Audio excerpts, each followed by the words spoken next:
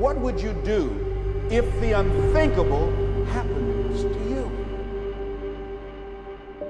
What would you do if you had an accident, or you lost your job, or you were laid off, or you became ill? How would you provide for yourself? That life is about today, living today, that whatever I want to do, I do it right now. So whatever you want to do, whatever idea that you have, the longer that you're sitting on that idea, you're either creating or you are disintegrating. If you're not using it, your skills are diminishing every day.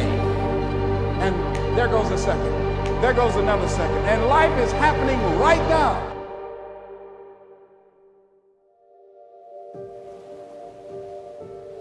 Well, maybe you're leaving out the meaning of life. That's what it looks like to me. It's like, here you are, suffering away. What makes it worthwhile? Rights? It's almost impossible to describe how bad an idea that is. Responsibility. That's what gives life meaning. It's like lift a load. Then you can tolerate yourself, right? Because look at, you're useless, easily hurt, easily killed. Why should you have any self-respect? That's the story of the fall.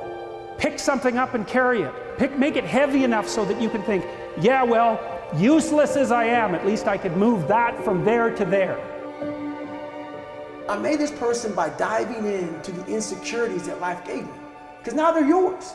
They're yours to own. If you're not smart, call yourself dumb. It's okay, because you are.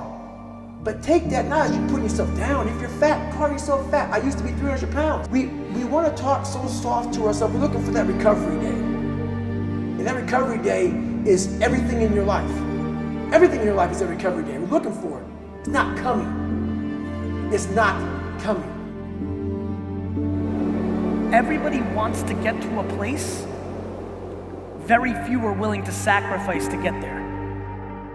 Everybody wants something, and very few people are executing to go there. The amount of people whose actions map to the ambition coming out of their mouth is very low. There is no shortcuts, there is no secret, there's no system or model. Self-care is saying, I want to be responsible for my future, meaning I want to give my body, give my mind, give myself what I need so that I'm playing the long game. That recognizing, self-care is recognizing this is not a sprint. This life is a marathon. See, a lot of people allow fear to stop them from living their dream. Answer your calling. Whatever you're called to do, don't count yourself out. Don't say, I can't do that. Many of us go through life saying no, and you don't even know what you're saying no to. You don't know what you cannot do if you're not willing to challenge yourself.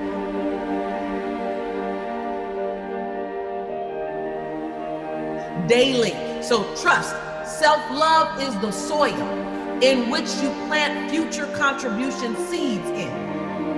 And then daily grind is the light and the water required to be of some use and some possibility for those of us witnessing your life. Don't mistake complacency with self-love.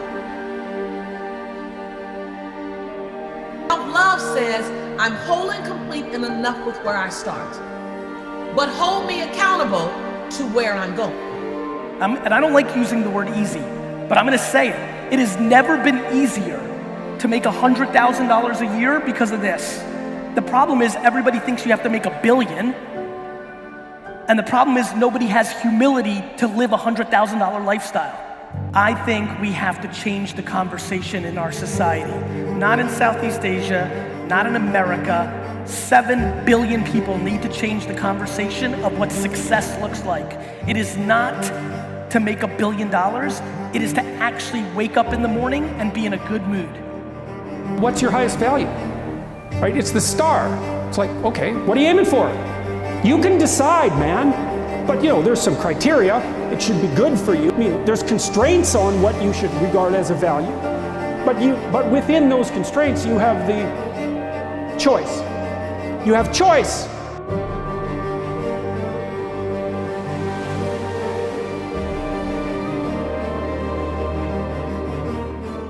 care how you perceive David Goggins, because through my journey, I figured out the one piece I was missing. I thought it was cars. I thought it was women. I thought it was everything. The one piece I was missing was me having the courage to face myself. Awareness plus action equals transformation.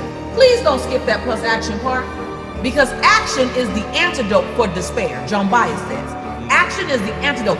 Anything that's not working in your life, you have to be in some form of action. Actually thought about your life in a 50-year window or an 80-year window, you would slow down. Everybody wants to succeed so fast because they want to prove something to somebody else.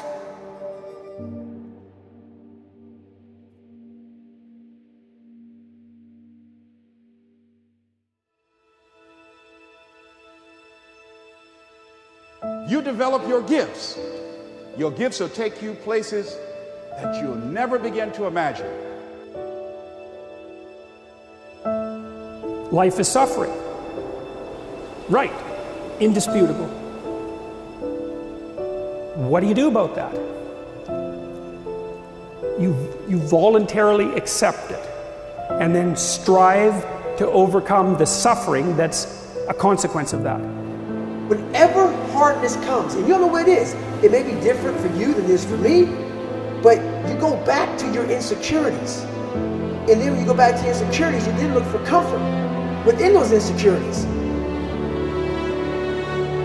Man, let me just tell you, if my life just belonged to me and I knew it to be so, I wouldn't have done half the things I've done. With all the discomfort it brought me, all the Pyrrhic victories, all the time lost, I have had to surrender the chill time, the bubble bath time, the time that I've surrendered so that my life could be of contribution. Man, your life doesn't belong to you. Your life belongs to those people who are going to cross your path. The major key to your taking charge of your destiny is you. It's you. And even though you might not have all the things going for you that you would like, you have the power within you as you begin to develop your consciousness, as you hold the vision of what it is that you want to do, as you decide to answer this small voice within you.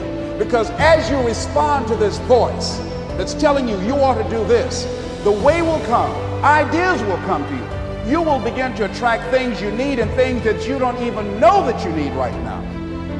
We look for our wife or our husband. We look for comfort. It's in those moments you must retrain your mind to think differently in health. You have one job in your life for you, to make what you think about life true. You want to be right about the life you see. So you're going to work hard to produce the life that you talk about in your mind.